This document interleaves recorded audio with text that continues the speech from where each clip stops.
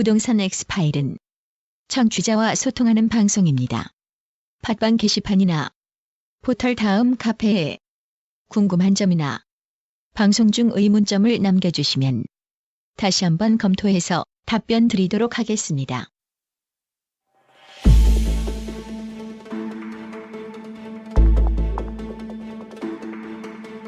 네, 굿모닝 신소장 3부 시작하도록 하겠습니다. 임대 수익형에 대해서 이야기를 드리고 있어요.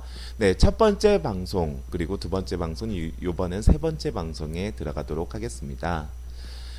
제가 전에 방송에 남기듯이 합정동 이런 지역, 그리고 또 동교동, 그리고 홍대 인근 지역에 어마어마한 규모거든요. 70만 제곱미터 이상의 그 길을 프랜차이즈를 못 들어오게 만들어 놨습니다. 근데 제가 말씀드려봤지만 이게 건물주한테는 크나큰 피해죠. 예를 들어보면 이게 되게 본질적인 건데요. 월세 200만원짜리에 설빙이 들어온다. 근데 설빙이 여기에 월세를 2배를 주겠다고 해요. 물론 그런 시장은 그렇게 많지는 않습니다. 2배까지 임대료로 치고 들어올 정도의 프랜차이즈가 아니면 대기업 자본이 들어올 정도의 시장은 많이 없지만, 이프절 만약에 그렇게 들어온다고 치면 그 매매가는 얼마가 오를 겁니까? 그 건물에, 단독 건물이든 아니면 구분상가든 그 건물의 가격은 폭등을 하게 되는 겁니다. 즉 200짜리를 400으로 한다. 그러면은 200만원에 5.5% 정도, 5% 정도 본다고 한다면 설빙은 2층에 들어오잖아요. 2층에 들어오죠. 설빙의 레시피, 즉 매뉴얼에서는 면적이 커야 되거든요. 그렇기 때문에 2층 상권에 많이 들어오는 대표적인 업종인데, 네, 그 2층에 들어갔을 때 그게 월세가 400이 된다고 하면, 그러면 매가는 200만원일 때는 4억에서 4억 5천 정도 형성이 될 건데, 그게 만약에 400이 된다고 하면 10억 가까이, 8억 5천에서 10억 가까이 오를 수가 있습니다. 그러니까 매매가가 그렇게 형성이 된다는 거죠. 즉 매매가가 2배가 된다는 겁니다. 그렇기 때문에 이런 젠트리피케이션의 문제, 이거는 사회 공통적이고 뭐라고 해야 되나요? 저도 좋은 상권 가서 프랜차이즈만 일색인 데는 좀 그렇긴 하죠. 그 지역에 스토리텔링이 있어야 되고 그 지역의 분위기라는 게 있어야 됩니다. 근데 월세가 계속 오르다 보니까 이 인지도가 오를수록 월세는 오를 수밖에 없거든요. 그러면 기존에 그 분위기를 만들거나 스토리텔링을 했던 그 업체, 상인들은 내쫓기게 될 수밖에 없고요. 그러면은 그런 거를 내쫓는 거는 바로 대기업 자본과 프랜차이즈의 자본이겠죠. 건물주 입장에서는 어쩔 수가 없는 겁니다. 자신의 부동산 가치가, 물론 면적에 따라서 2배가 갑자기 오르진 않겠지만, 임대수익형 부동산은 기본적인 매매가를 임대수익률로 따지거든요. 그 자리에서 있을 뿐인데 월세가 올랐다고 매매가가 2배가 되는 거예요. 그래서 싸이 건물이든 아니면 리쌍 건물이든 이게 정상화 시키거나 아니면 극대화를 시키면 매매가가 오르는 거고요. 그리고 수많은 강남에 소재되어 있는 많은 컨설팅 업체들이 꼬마 빌딩들을 팔아먹을 때 엄청나게 잘라 놓는 겁니다. 사무실을요. 이게 본질입니다. 그 가치가 임대 수익률에 한정되기 때문에 임대 수익형 부동산의 매물은요. 제가 항상 첫 번째 시간에 말씀드렸죠. 임대 수익률은 매매가를 크게 높일 수는 없습니다. 그러면 임대 수익률이 떨어지기 때문에 매매가를 잡아두는 경우가 있거든요. 그리고 두 번째로는 가격이 하락 시기에서는 또한 임대 수익률이 올라가잖아요. 가격이 하락하게 되면 총매가가. 그러면은 그 하락을 킵을 합니다. 해지를 한다는 거죠. 그렇기 때문에 일반 시세차익 부동산보다 임대수익형 부동산은 여러분이 많이 버틸 수가 있고 시절 좋을 때 매도를 할 수가 있기 때문에 손해가 조금은 덜 날 수도 있습니다. 물론 이게 임대수익형 부동산마저도 여러 분야가 있고 그 여러 분야 중에서도 약간 조심해야 될 부분은 있습니다. 뭐 예를 들면 제가 말씀드렸지만 오피스텔 같은 경우에서는 2008년도 이후에 만들어진 오피스텔, 물론 도시형 생활주택도 포함입니다. 오피스텔들의 공급이 건국 이래 2008년도 이전까지 공급됐던 것보다 많다. 그러면 그만큼 공급 과잉이 되어 있다. 그런 건 조심해야겠죠. 보수적으로 접근을 해야 되겠고요. 뭐 그런 분야마다의 조심해야 될 것은 있지만 임대 수익률의 함정 때문에 가격이 오른다. 예를 들어 보면 젠트리피케이션 문제 말씀드리면서 제가 얘기를 했잖아요. 뭐 예를 들면 1층 상가를 제가 두 번째 방송에 얘기를 드린 듯이 1층 상가를 잘라놔서 임대 수익률을 높여놓으면 1층 상가 같은 경우에서는 면적보다는 임대 수익률이 항상 그 매가를 정하는데 크게 영향을 미치거든요. 그렇기 때문에 1층에 그 상가들이 임대 수익률이 극대화를 시켜버리면 그 매매가는 갑자기 많이 오를 수가 있죠. 오히려 매매가를 오르는데 잡아두는 그 임대 수익률이 매매가를 폭등시키는 결과를 주는 겁니다. 자, 이 상태에서 홍대 쪽에 그 젠트리피케이션을 방지하게 하기 위한 지구 단위 계획이 건물주한테는 어떤 영향을 미칠지는 생각을 해봐야겠죠. 그리고 세입자도 문제입니다. 세입자도 말씀드리겠지만 만약에 세입자가 대기업을 맞출 수도 있잖아요. MD 구성을 해서 세입자한테 권리금을 주고 들어올 수도 있습니다. 프랜차이즈도 마찬가지고요. 근데 제가 말씀드렸지만 프랜차이즈가 모든 상가의 70% 이상입니다. 그렇기 때문에 이 70% 이상의 내가 일을 하기가 싫어. 이 지역에서 홍대 쪽에서 물론 그렇진 않겠지만 홍대에서 일하기 싫어 하면서 나가고 싶지만 그 정상적인 합리적인 금액을 못 받을 수도 있다. 왜요? 70%가 거기를 못 들어오기 때문에 그렇죠. 그렇기 때문에 상생도 좋지만 이런 부분에 대해서 항상 말씀드립니다. 정책은 시장을 이길 수가 없습니다. 왜곡을 가져올 수가 있고요. 여태까지 우리가 역사를 잊은 민족은 미래가 없다라고 하잖아요. 항상 역사가 있어 왔어요. 근데도 항상 이런 또 다른 역사를 만들려고 노력을 해요. 시장 정책이라는 게 항상 그렇습니다. 네. 자, 말이 되게 삼천포로 갔습니다. 그렇기 때문에 그 본질의 가치를 임대 수익률에 한정되기 때문에 임대 수익률을 올리면 가격이 오른다. 근데 그 임대 수익률이라는 게 과연 합당한가에 대해서는 저는 의구심을 듭니다. 물론 추상 가치로 인해서 가격이 오르는 재개발 재건축도 마찬가지죠. 네. 그렇지만 임대 수익률에 만약에 50만 원만 올라도 매매가는 1억이 오릅니다. 근데 그 50만 원을 1억을 채우려면은 몇 년을 있어야 되겠습니까? 하지만 임대 수익률이 지금 현재 우리가 기대 임대 수익률이 5.5%다. 그리고 물론 임대 수익률에 가장 영향을 미치는 것은 금리라고 얘기했죠.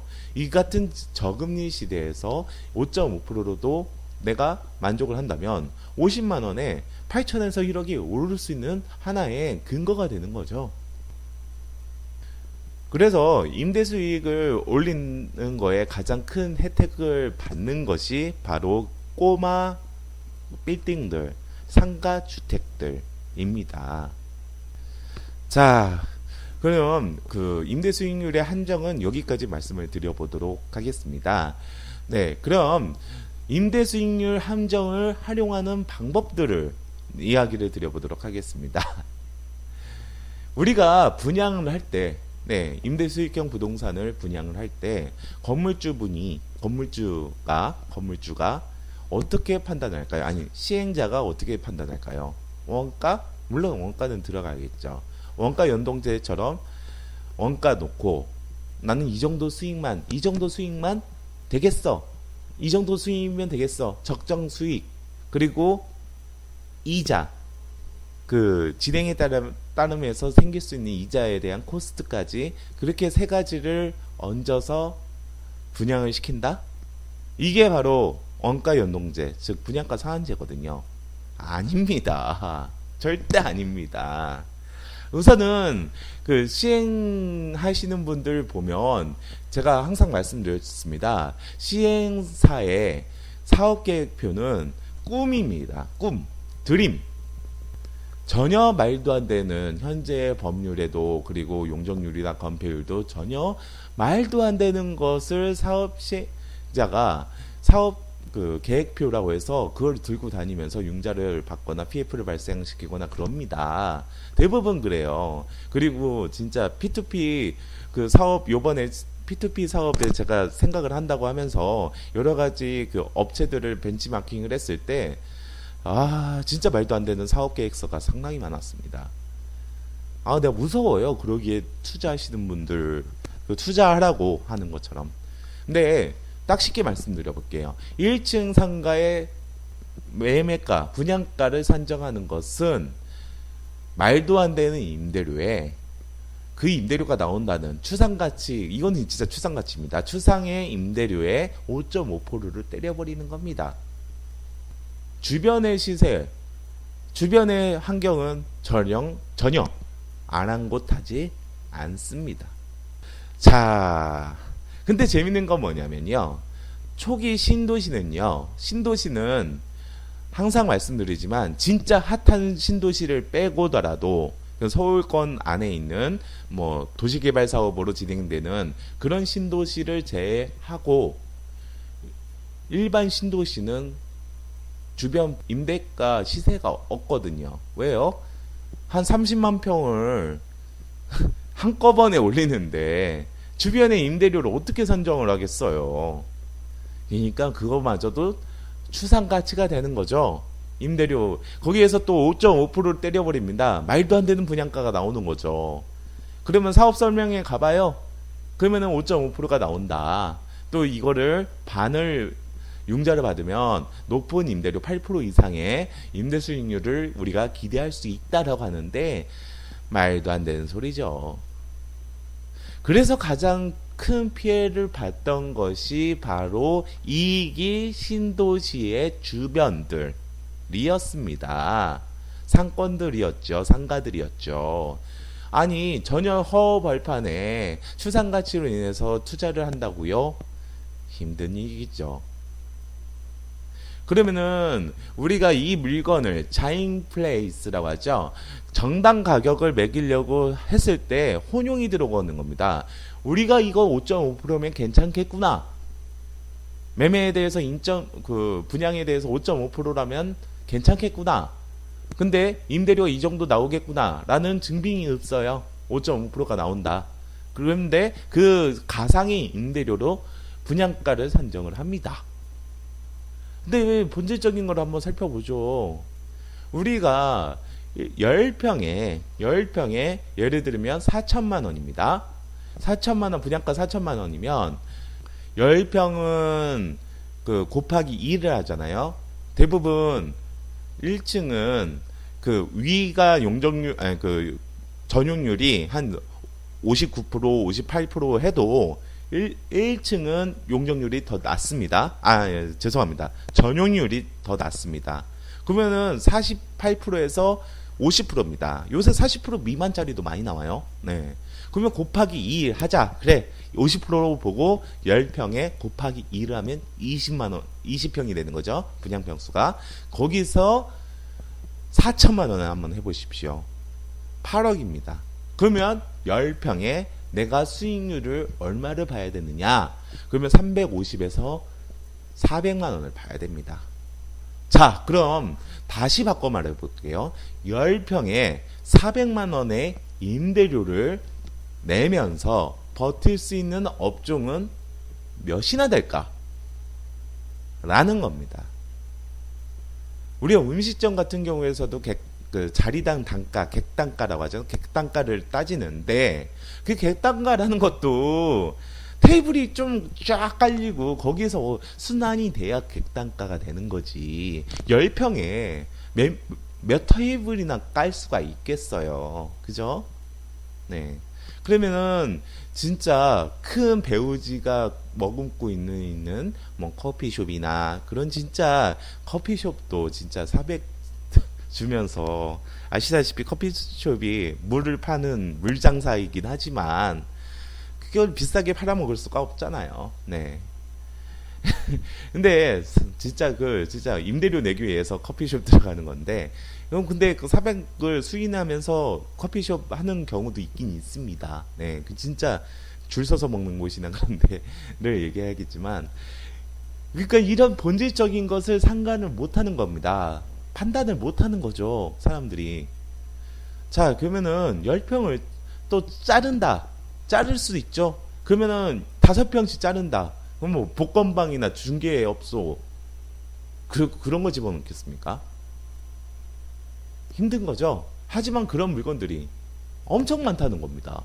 도심권에 있는 뭐 조그만 그 평수의 상가들 중에서 분양가 5천만 원 넘는 거도 많습니다.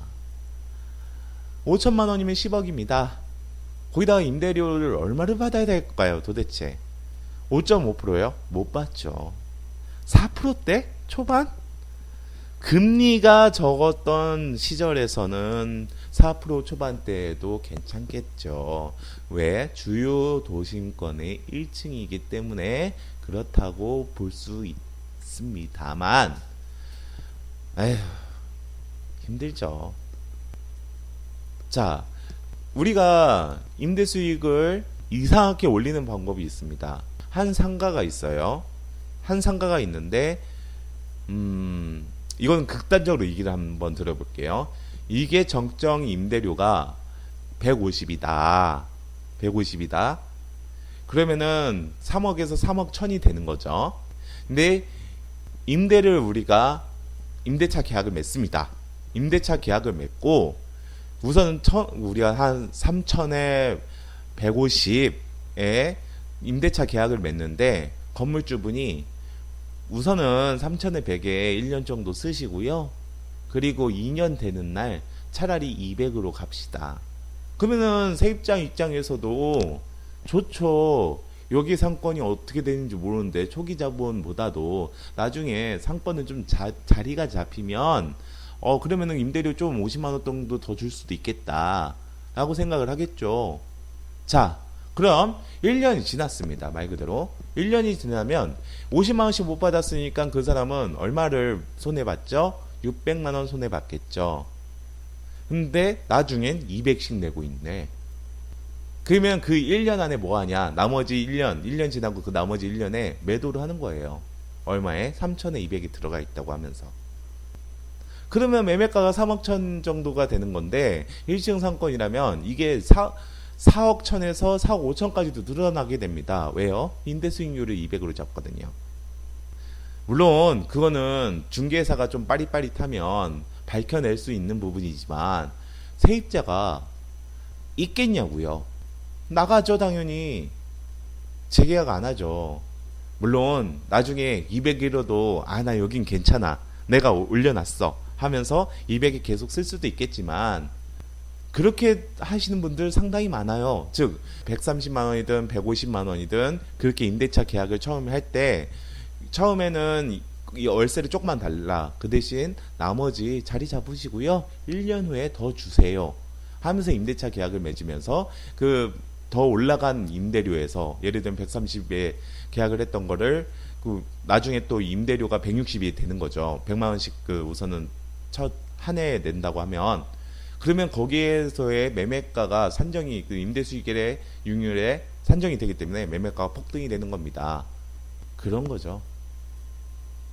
그리고 우리가 오피스텔 같은 경우에서도 1년 동안, 2년 동안 임대료 보장 하면은 우선은 뭐 40만 원 보장한다 하면은 초기 프리미엄이나 그런 걸로 인해서 한 30만 원에서 35만 원 집어넣거든요. 그 다음에 5만 원, 나머지 40만 원 보장이니까 나머지 5만 원에서 7만 원 정도는 그냥 부담을 하는 거예요. 자기가 분양시킨 사람이 2년 동안. 그러면은 한 240만 원? 7만 원씩 1년 동안 내면 얼마입니까? 84만 원, 83원인가요? 네. 그거를 그냥 2년 동안 하면 그것도 한 200만 원도 안 되는데, 그렇게 해서 분양을 비싸게 분양가로 보장을 해준다고 하니까 수익률 맞춰놓고. 자, 신축 같은 경우에서는 오피스텔은 신축 프리미엄이 있습니다. 근데 35만 원이 적정 수익률이에요. 아니, 적정 임대가예요. 그러면은 그 사람 2년 되고 나갔어요. 그러면 한 바퀴 혹은 두 바퀴 세입자가 바뀌잖아요. 그러면 시세가 확 떨어집니다. 또 한 5만 원 정도 더 떨어집니다. 그러면 수익률이 개차반이 되는 거예요. 2년 지나면. 그런 것도 상당히 많아요. 무슨 보장 같은 거. 보장이라는 거는 보면, 야, 내가 얼마씩 받을 수 있네. 야, 이거 괜찮지만, 네. 결국에는 그 분양 대행자의 입장에서도 돈 조금만 손해 보면서 완판시키고, 그리고 40만 원 처음에 보장을 한 다음에 거기에 또 임대 수익률에 따른 매매가, 분양가를 산정을 시키면 조금은 고가로 분양시킬 수가 있고, 그런 것도 상당히 많습니다. 그래서 임대 수익형 부동산들은 항상 어떻게 하면 임대 수익률을 올릴까 그 생각을 하는 거예요. 네, 월세 지원을 해주는 경우도 있고요. 예를 들어 보면 이것도 있어요. 예를 들면